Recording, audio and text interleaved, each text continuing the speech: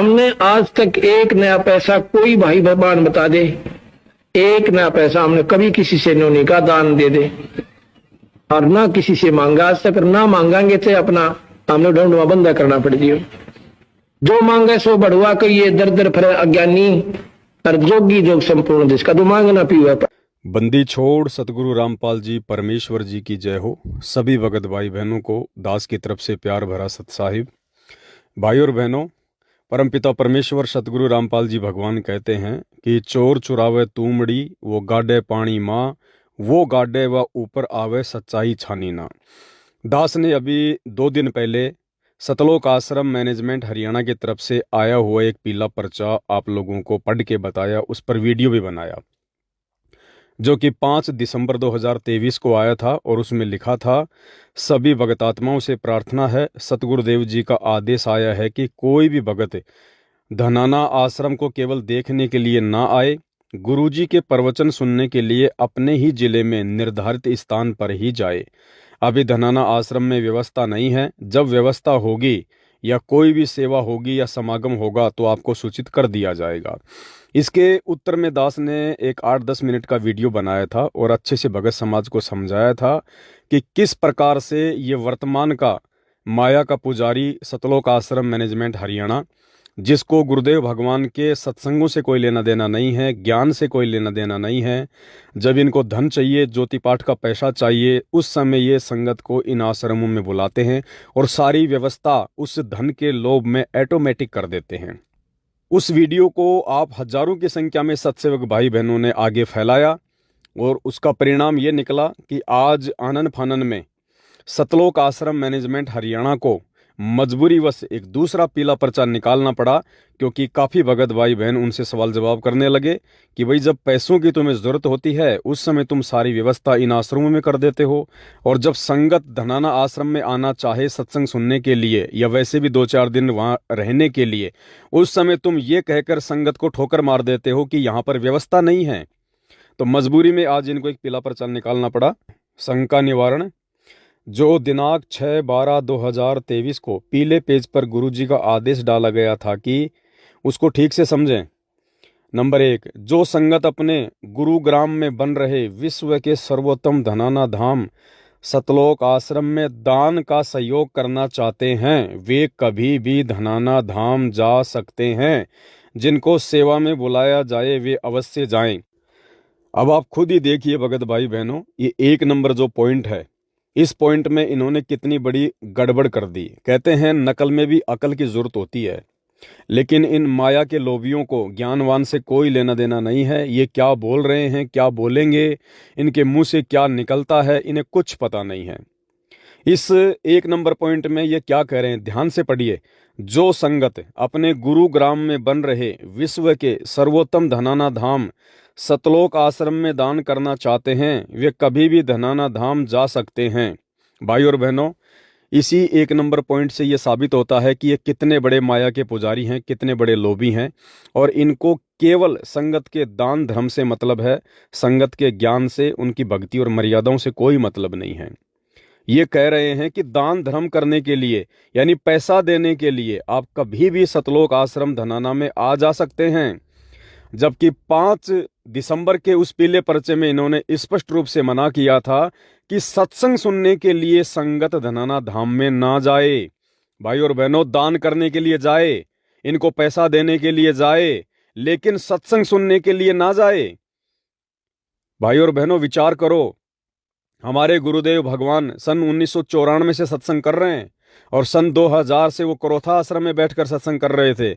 उसके बाद सन 2010 में उन्होंने बरवाला में आश्रम बनाया। उन्होंने कभी भी नहीं कहा कि भाई आप सत्संग सुनने ना आइए, अपने घर बैठकर सत्संग सुन लीजिएगा, यहाँ पे व्यवस्था नहीं है। और जब आपको दान करना हो, ज्योति पाठ करवाना हो, तब आप कभी भी बरवाला आश्रम में आ जाओ, कभी भी आप जी करोथा आश्रम में आ जाओ। क्या ऐसा दोगला आदेश हमारे गुरुदेव भगवान ने हमें कभी दिया? परमात्मा ने तो यहां तक कहा है कि मांगे सो ही भड़वा कहिए, दर दर फिरे अज्ञानी, और जोगी जोग संपूर्ण जिसका मांग ना पीवे पानी। हमारे पूज्य गुरुदेव भगवान सतगुरु रामपाल जी ने अपनी संगत से किसी भी आश्रम के नाम पे, किसी भी व्यवस्था के नाम पे अपने भक्तों से कभी भी इन भिखारियों की तरह 1 रुपए के लिए नहीं कहा। परमात्मा तो कहते थे जो मांगता है वो भड़वा होता है, भड़वा। तो भाई और बहनों, वर्तमान में गुरुदेव के ज्ञान के विपरीत चलकर ये भड़वागिरी कौन कर रहा है, आप खुद देख लीजिए। इस 1 नंबर पॉइंट में इन्होंने अपनी भड़वागिरी को साबित कर दिया। भाई हमने आज तक 1 नया पैसा, कोई भाई भगवान बता दे, 1 नया पैसा हमने कभी किसी से नहीं कहा दान दे दे, और ना किसी से मांगा आज तक, ना मांगांगे तो अपना हमने ढूंढवा बंदा करना पड़ जियो। जो मांगे सो बढ़वा कहिए, दर दर फिरे अज्ञानी, और जोगी जोग संपूर्ण जिसका तो मांग ना पीवा।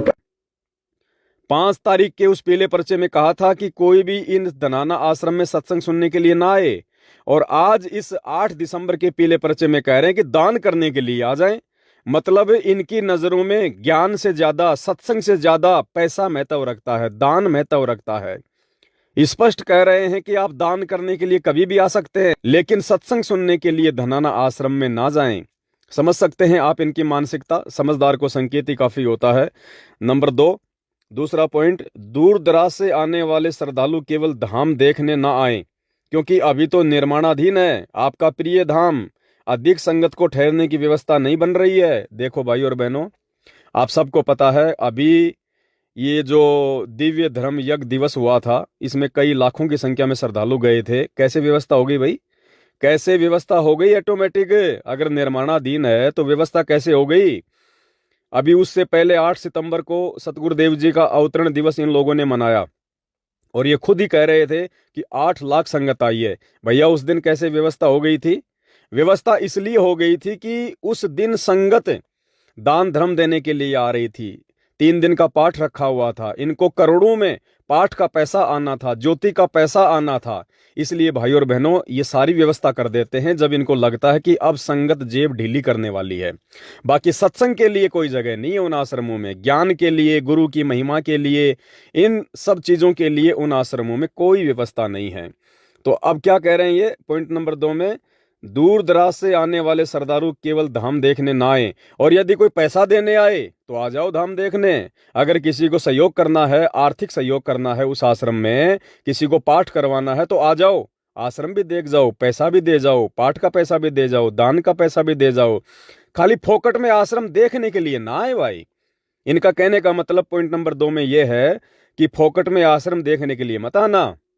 1 रुपया तुम दोगे नहीं, 4 दिन रहोगे, खाओगे पियोगे, हमारा नुकसान करके जाओगे। अगर कोई ज्योति पाठ करवाना है, कोई दान धर्म लाखों रुपया देना है, तो भले तुम आश्रम भी देखने आ जाओ, कोई दिक्कत नहीं है। ये है इनकी मनसा, इनकी ये घटिया मनसा साफ साफ इस पीले पर्चे में दिखाई दे रही है। आगे लिखते हैं, आसपास के श्रद्धालु कभी भी धाम आ सकते हैं। अब भाई और बहनों बताइए, आसपास के भक्तों के लिए तो वहां सारी व्यवस्था है, और जो दूर दराज के भगत हैं बेचारे, उनके लिए व्यवस्था नहीं है। और दूर दराज के भगत जो अपने पैसे से आ रहे हैं, इनसे कोई किराए लेके आते हैं क्या बेचारे? अपने खुद के पैसे से आश्रम देखने के लिए कोई जा रहा है तो कह रहे हैं ना आए, व्यवस्था नहीं है। और आसपास के जो भगत हैं उनको कह रहे हैं कि वो कभी भी आ सकते हैं। क्यों? यदि आसपास के भगत इनसे नाराज हो गए तो इनका काम रुक जाएगा, संगत में फूट पड़ जाएगी। इसलिए कह रहे हैं कि आसपास के भगत तो आ जाओ। अब बताइए आप, आसपास के भक्तों के लिए तो आश्रम में व्यवस्था है, और दूर दराज से आने वाले भक्तों के लिए आश्रम में व्यवस्था नहीं है। अरे आसपास का भगत तो फिर भी कोई गाड़ी लेके आएगा, मोटरसाइकिल लेके आएगा, वहां पे पार्किंग में जगह घेरेगा। और दूर दराज का भगत तो बेचारा बस में आएगा, ट्रेन में आएगा, वो तो अकेला अपना शरीर लेके आएगा। दूर दराज के भगत को तो दिक्कत ही नहीं होनी चाहिए। आसपास के भगत तो फिर भी दिक्कत होनी चाहिए, क्योंकि आसपास का भगत तो गाड़ी लाएगा, पार्किंग की जगह घेरेगा। तो देखिए भाई और बहनों, इनका कितना बड़ा दोगलापन है। ये भक्तों में भी अंतर कर रहे हैं, ये भगत समाज को भी दोगली नजर से देख रहे हैं।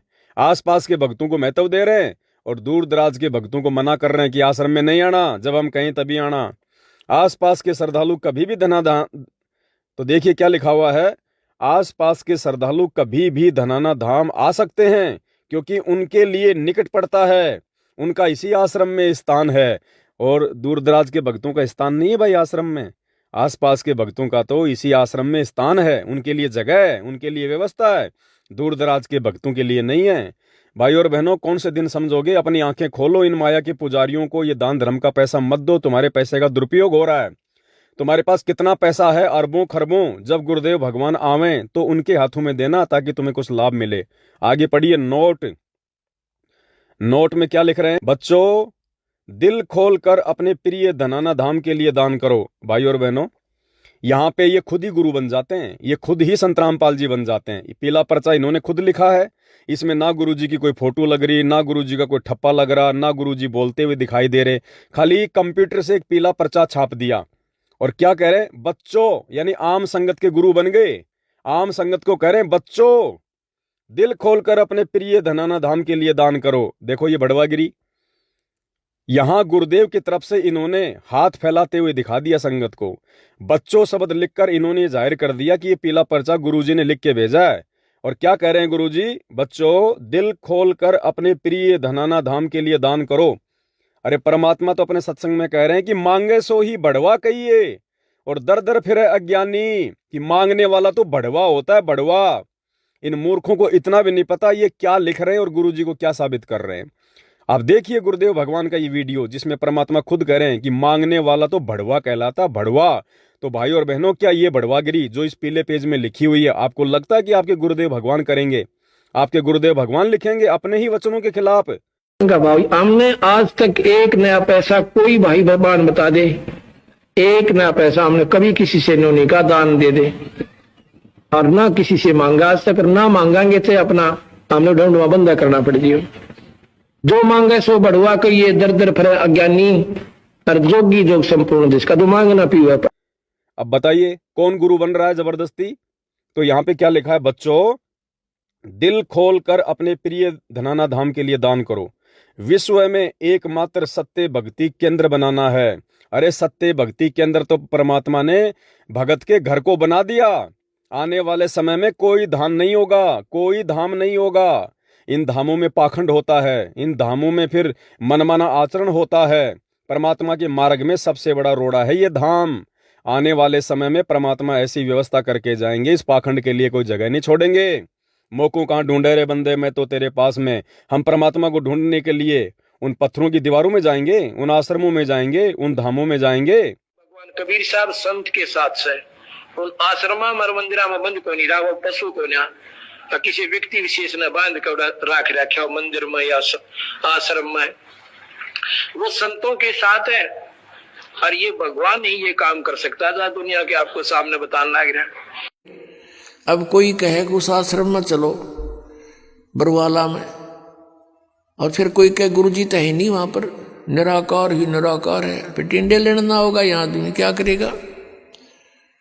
ऐसा मूर्ख बना रखे हमारे को। परमात्मा के लिए तड़प रहे हैं, उसके दर्शन करेंगे, अपना दुखड़ा रोवाएंगे, सीने से लगाएंगे, और नो कहते वहाँ है ही नहीं। फिर रुचि भी बनी हुई है इनकी वहाँ जाने की, हद पाट जी कती है, कितने श्रद्धालु है। अरे परमात्मा हमारे घर में, हमारे घट में है। रोज संध्या आरती में पढ़ते हैं, घटी ही में गंगा, घटी ही में गंगा, घटी ही में है जगदीश सतगुरु तारेंगे। फिर कौन से धाम में जाएंगे हम? क्या परमात्मा ये पाखंड के लिए धाम बना के जाएगा? भाई और बहनों, ये काल प्रेरित है, और ये काल चाहता है कि किसी भी प्रकार से इन आत्माओं को ठगूं, इनको ज्ञान की विपरीत शिक्षा दूं। लेकिन आप लोग सावधान रहना, सात संगतियों के माध्यम से परमात्मा आपको सत्य से परिचित करवाते रहेंगे, इनके हर एक पाखंड से आपको रूबरू करवाते रहेंगे। हमने इनके किसी भी प्रकार के जाल में नहीं आना है। इसीलिए तो परमात्मा ने शिक्षा दी है, मानव जन्म दिया है, पिछली पीढ़ी में हमारे को पैदा किया है। पूरे विश्व में सत्य भक्ति का केंद्र भगत का घर है और कोई नहीं है। और यदि कोई केंद्र भी होगा तो हम उस समय जाएंगे जब हमारे गुरुजी जेल से आएंगे। जब तक हमारे गुरुजी जेल में है, हमारे लिए हमारा घर ही धाम है, या फिर धाम वो है जहां गुरुजी बैठे हैं। अगर जाना है तो फिर जेल में जाओ, या फिर अपने घर पे बैठकर ज्ञान आधार से भक्ति करो। बीच में हमें दलालों की आवश्यकता नहीं, हमें एजेंटों की आवश्यकता नहीं है। और जो इन दलालों का सहारा लेगा, इन एजेंटों का सहारा लेगा, वो अभी पूर्णतया तत्व ज्ञान से परिचित नहीं है। आगे क्या लिखते हैं? धनाना धाम संपूर्ण बनने के बाद संगत कभी भी आ सकते हैं, परंतु उसके लिए स्थानीय मैनेजमेंट से बात अवश्य करें।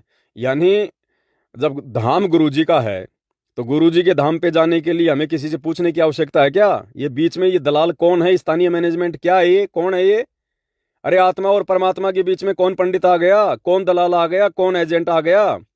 हमने संत रामपाल जी का सत्संग सुनना किया तो तुम्हारे स्थानीय मैनेजमेंट से आज्ञा लेके शुरू किया था क्या? हमने संत रामपाल जी से नाम दीक्षा ली, तुम्हारे स्थानीय मैनेजमेंट से आज्ञा ली थी क्या पहले? तो आज यदि हम भक्ति करेंगे और भगवान के नाम पे यदि कोई आश्रम खुल रहा है और यदि भगवान का है, तो उस धाम पर जाने के लिए ज्ञानी भगत को किसी दलाल से पूछने की जरूरत नहीं है। लेकिन वर्तमान के जितने भी धाम खुल रहे हैं ये केवल नाम धाम है, बाकी इनका एक ही काम है, माया लूटो माया लूटो माया लूटो। आगे क्या लिख रहे हैं? क्योंकि अधिक संगत एक साथ आएगी तो व्यवस्था नहीं हो पाएगी। अभी संगत दिन दुगनी रात चौगनी बढ़ रही है। कितना बड़ा झूठ!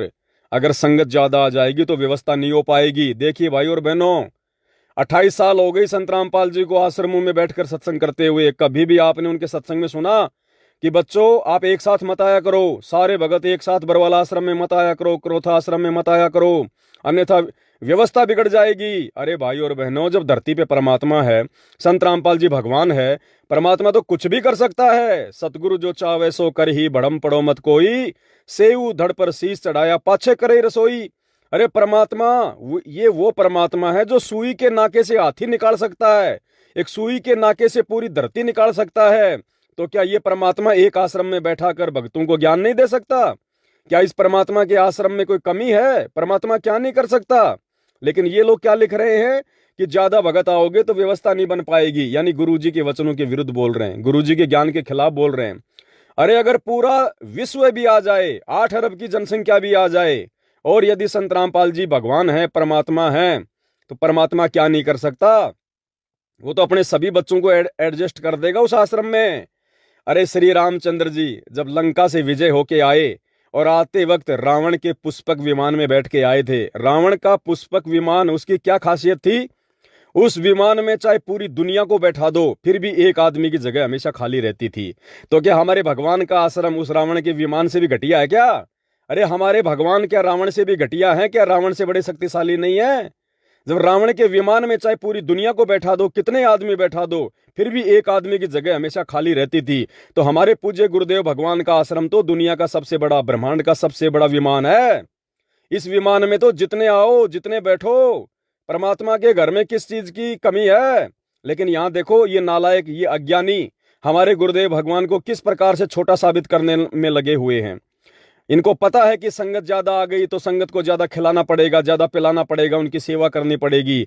और ये लोग सेवा नहीं करना चाहते, ये चाहते हैं कि बस 3 दिन का जब जब पाठ हो आश्रम में उस दिन संगत आवे, तो पाठ के नाम पे संगत तो पाठ कराएगी, ज्योति कराएगी, ज्यादा से ज्यादा संख्या में दान देगी। तो उस समय तो ऑटोमेटिक बाहर से ये व्यवस्था करवा देते हैं, क्योंकि व्यवस्था करने वाले कौन? हम ही भगत भाई बहन। मजदूरी करने वाले कौन? हम ही भाई बहन। इनको दान धर्म का पैसा देने वाले कौन? हम ही भाई बहन। तो उस समय इनको कोई व्यवस्था में दिक्कत नहीं आती, कोई दिक्कत नहीं आती इनको। लेकिन आड़े दिन यदि कोई भगत भाई बहन वहां जाएगा तो इनको खुद उनके लिए चाय बनानी पड़ेगी, उनके लिए व्यवस्था करनी पड़ेगी, जो इनको अच्छा नहीं लगता। तो भाई और बहनों, समझदार को संकेत काफी है, बाकी आपकी मर्जी है। जितनी ऐसी तैसी करवाना चाहते हो इन आश्रमों में जा जाके करवाओ, परमात्मा कुछ नहीं कहेगा। वर्तमान में परीक्षा चल रही है।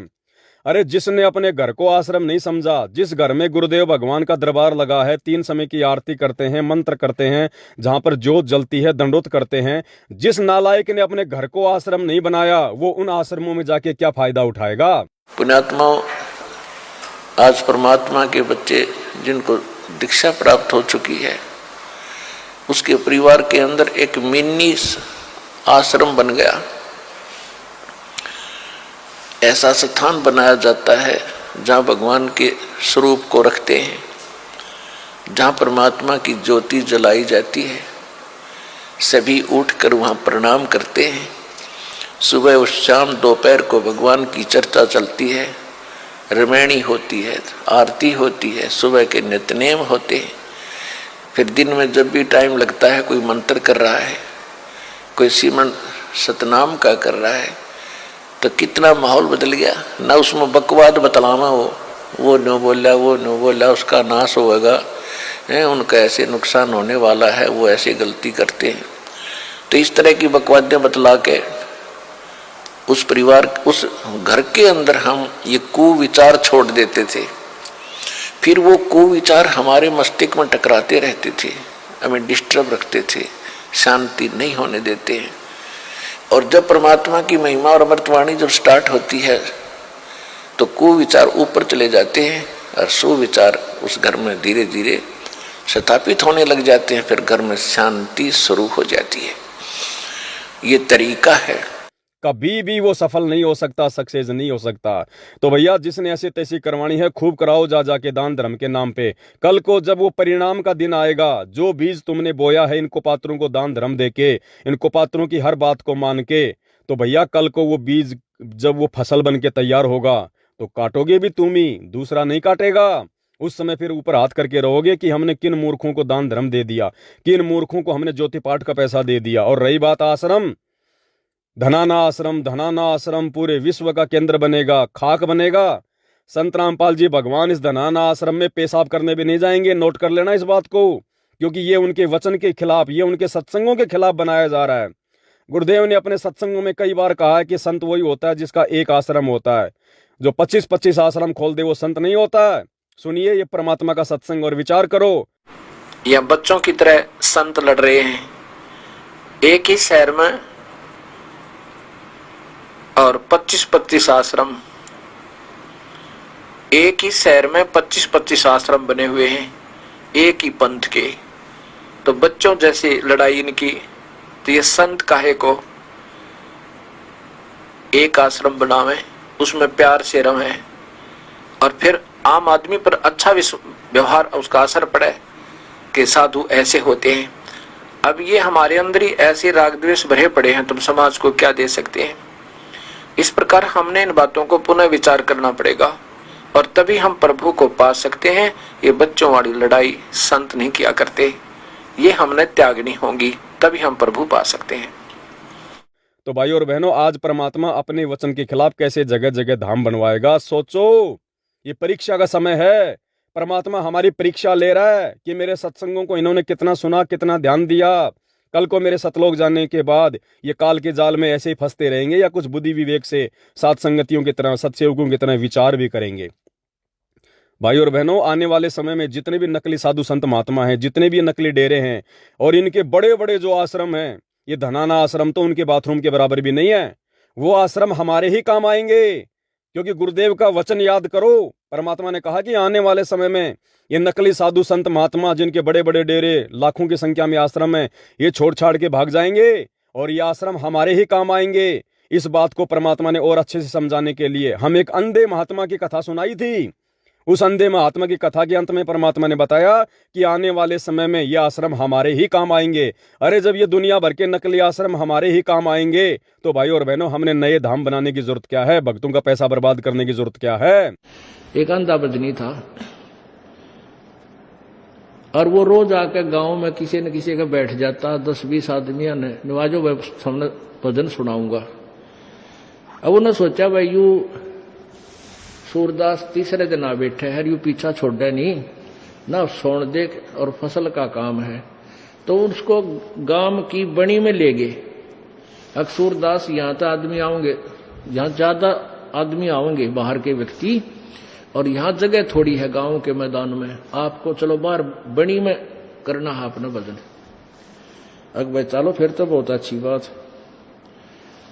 वहां जाके खड़ा कर दिया, वो एक रास्ता था, उस रास्ते के ऊपर एक मैदान से में खड़ा कर दिया आंधा, और 2-4 उसके साथ चले गए। उसने जो शब्द 5-4 भजन का इतने, हाँ क्या बात कही, हाँ क्या। फिर ने बोले वह हम नहीं बोलेंगे, तेरी बातों में ज्ञान गणा आ गया, तू एकला लगा रही है। अका अच्छी बात। अब दिन हो गए, 2 घंटे बोलते ने, वो गाने गावे। इतने में एक रास्ते चलता आदमी आ गया कोई रात ने, वो कहने लगा रहे गाने वाले, ओ गाने वाले भाई मैंने उस गांव में जाना, रास्ता बता। तो अंधा बोला रे निकम्मे, यो देश बैठा है यहाँ पे, कितने आदमी बैठे, इतने मैं पाया रास्ता पूछने। वो बोला तेरा फूफा बैठा है, कोई भी कोई ना, एकला बांडा खड़ा खड़ा। अरे कोई यहाँ पर कोई नहीं है, तू आप पर बांडन लाग रहा खड़ा खड़ा, कोई नहीं तेरे साथ। तब उसका समझ में रहा तेरा गजब हुई, तेरी गिर तो धोखा हो गया भाई। तो इनके साथ ऐसा होगा, इन नकली संतों, ऋषियों और मंडलेश्वरों के साथ ये एकले बंडा करेंगे अपने उड़ा बैठ कर इन आश्रमों में, कमरे में। और वो दिन आएगा कि आश्रम ये भाग जाएंगे छोड़ कर किता है। और वो आश्रम इन भक्ताएं का काम आओगे जो पुण्यात्मा जिनने वो बनाया है, सच्चाई सच्चे ज्ञान से परिचित होकर ये तत्व ज्ञान उन्हीं आश्रमों में वे आप प्रचार करवाया करेंगे। अब वो उनका लगाया हुआ पैसा वहां पर इतना अब सदुपयोग हो सकेगा ना, तो भाड़ में झोंक दिया, कति पाप में हिस्सा कर दिया, जो आश्रम बनवा दिए नकली संतों के, नकली दवाई, नकली हॉस्पिटल, और मरवा दी जनता यानी आत्माओं का विनाश करवा दिया। वो दान किया हुआ भी पाप में सहयोगी हुआ उनका। अब कुछ दिनों में ये पता चलेगा, जब देखना ये रोया करेंगे पुण्यात्मा अपने गए हुए जीवन को। लेकिन ये धाम, ये आश्रम केवल अपने स्वार्थ के लिए, अपने व्यापार के लिए, अपने धंधे के लिए बनाए जा रहे हैं, क्योंकि संत रामपाल जी के परिवार को ये ज्ञान समझ में नहीं आया। ये संत रामपाल जी को भगवान नहीं समझ पा रहे, ये उनको परमात्मा नहीं समझ पा रहे, केवल उनको मनी मेकर समझ लिया, केवल माया प्राप्ति का साधन समझ लिया। इन्होंने संत रामपाल जी को जगत गुरु नहीं बल्कि घर का गुरु समझ लिया। तो भाई और बहनों, जब तक गुरुदेव भगवान जेल से नहीं आ जाते हैं, समझदारी इसी में है। ज्ञान आधार भी यही कहता है कि ज्ञान को आधार बनाओ, घर को आश्रम बनाओ, गुरु को भगवान बनाओ। कहीं जाने की जरूरत नहीं है, परमात्मा आपके घर पे हैं। तो बताओ सबसे बड़ा धाम कौन हुआ, सबसे बड़ा आश्रम क्या हुआ? आपका घर, आपका परिवार। क्यों धक्के खा रहे हो, क्यों लुट रहे हो, क्यों पिट रहे हो, क्यों अपने गुरुदेव भगवान को नाराज कर रहे हो? कल को रोओगे ऊपर हाथ खड़े करके। बाकी आपकी मर्जी, समझाना मेरा फर्ज है, मैं समझाता रहूंगा। बंदी छोड़ सतगुरु रामपाल जी भगवान की जय हो।